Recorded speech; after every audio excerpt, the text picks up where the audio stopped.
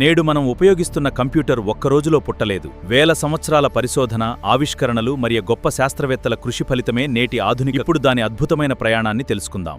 సుమారు 5000 సంవత్సరాల క్రితం చైనాలో అబాకస్ అనే లెక్కించే పరికరాన్ని ఉపయోగించేవారు.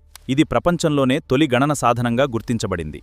జోడింపు, తీసివేత, గుణకం. 1642లో ఫ్రాన్స్కు చెందిన బ్లెజ్ పాస్కల్ తన తండ్రికి పన్నుల గణనలో సహాయం చేయడానికి పాస్కలిన్ అనే మొదటి మ్యానికల్ కాలిక్యులేటర్ రూపొందించారు. ఆ యంత్రంలో ఉన్న వీల్స్ మరియు గైర్స్ ద్వారా అడిషన్ మరియు సబ్ట్రాక్షన్ చేయగలిగేవి. తదుపరి గాట్ఫ్రాయిడ్ విల్హెల్మ్ లెబ్నిజ్ ఆ డిజైన్ను మెరుగుపరిచి మల్టిప్లికేషన్ మరియు డివిజన్ కూడా చేయగలిగే కాలిక్యులేటర్ రూపొందించాడు.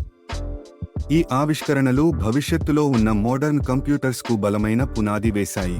1822లో బ్రిటిష్ గణిత శాస్త్రవేత్త చార్లెస్ బాబేజ్ డిఫరెన్స్ ఎంజిన్ అనే యాంత్రిక గణన యంత్రాన్ని రూపొందించాడు. అనాలిటికల్ ఎంజిన్ అనే విప్లవాత్మక కంప్యూటర్ రూపకల్పనను ఆయన తర్వాత ప్రతిపాదించాడు.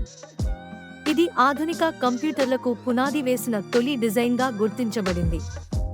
ఈ యంత్రంలో నేటి కంప్యూటర్ల మాదిరిగానే 4 ప్రధాన భాగాలు ఉన్నాయి: input, memory, processing unit, output.